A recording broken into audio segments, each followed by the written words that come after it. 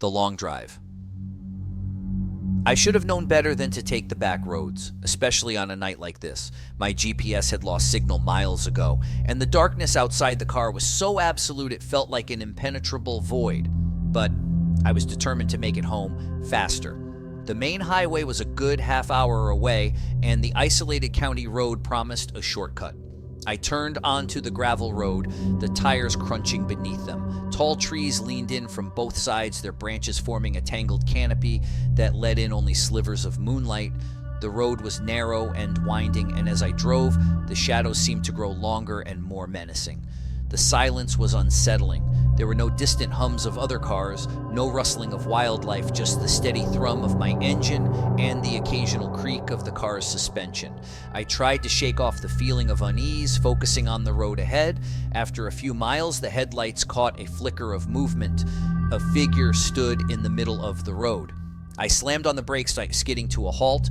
The figure was a man dressed in ragged clothes, his face obscured by the darkness. His stance was oddly rigid, and he didn't move as I came to a stop.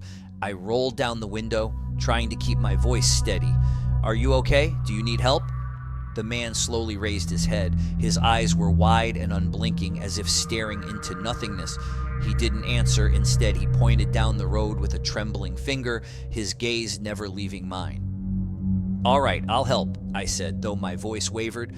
I put the car in gear and moved forward slowly, keeping my eyes on the man. He remained in the road until he was barely visible, then he turned and disappeared into the darkness. The road ahead seemed even darker, the shadows deeper and more suffocating. I continued driving, but my thoughts kept drifting back to the strange man. What had he been doing out there? A few minutes later, I saw another figure. This one was a woman, standing beside the road. She was dressed in a white dress that fluttered in the wind. I stopped again, my anxiety creeping up. "Do you need help?" I called out. The woman turned her head slowly, revealing hollow, sunken eyes. "He's coming," she whispered, her voice barely audible. "Who?" I asked, but she didn't answer. She merely pointed in the direction I was headed. Her gaze was fixed on something beyond my sight.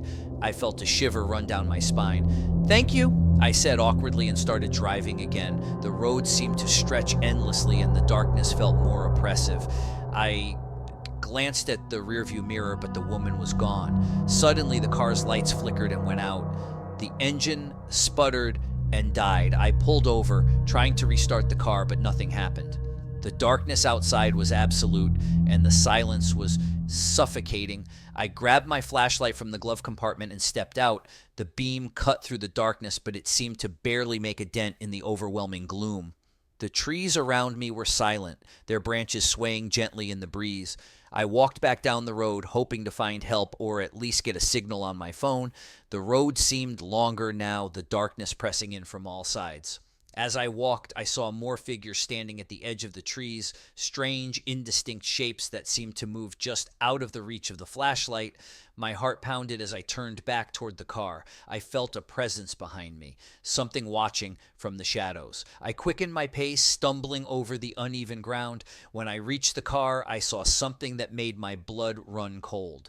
The figures were now closer, their forms becoming more defined. They were people, ghostly apparitions with hollow eyes and twisted expressions. They seemed to be closing in on me, their silent movements unnervingly synchronized. I fumbled with the car door, my hands shaking. The figures were getting closer, their shapes more solid. I finally managed to get inside and slam the door shut.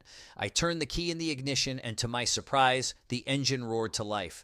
I didn't look back as I drove away, the figures receding into the darkness. My mind raced, trying to make sense of what I had seen. The road seemed endless, but eventually I reached the highway and sped away, not daring to glance in the rearview mirror. When I finally made it home, I was drenched in sweat, my hands trembling. The road was behind me, but the images of those ghostly figures stayed with me. I told myself it was just a bad experience, a figment of my imagination, fueled by exhaustion and fear. But every time I drive at night, I can't shake the feeling of being watched. And whenever I see a lonely figure by the side of the road, I feel a shiver of dread, knowing that the darkness holds secrets far beyond my understanding.